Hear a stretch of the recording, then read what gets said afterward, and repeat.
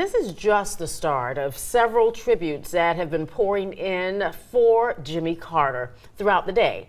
People have made their way to his hometown in a way to be closer to the former president. And WALB News 10's Lena Allen shares how Jimmy Carter spent his final moments and how his legacy will live on in Plains.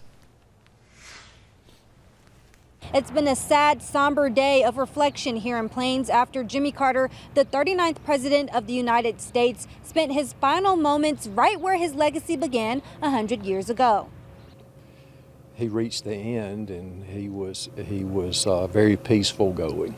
After nearly 2 years in hospice care, Jimmy Carter comfortably said his goodbyes with his family by his side. Throughout his 2 years almost in hospice, he showed the same grit and determination that he did in his life up until that time.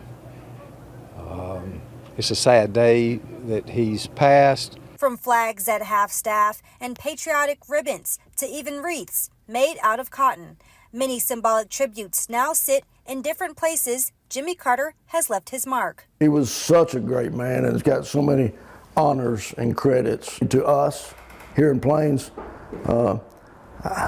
He was Mr. Jimmy. He was always President Carter, but he was Mr. Jimmy, our friend, our neighbor. A neighbor that will never be forgotten. Just everywhere you go in this town is his legacy, his history, all the things he did, and people will always be able to come here and see that, and we will keep him alive through that. As people everywhere prepare to say their final goodbyes, the sentiment people are sharing is that Jimmy Carter will be sorely missed. Lena Allen, WALB, your hometown news source.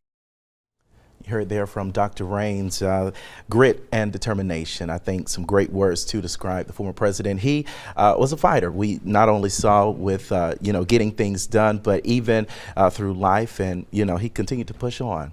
Nearly 2 years in hospice. I know. And as I said yesterday, I was hoping he'd make it a little bit longer, but, it was in God's hands. Yeah. So.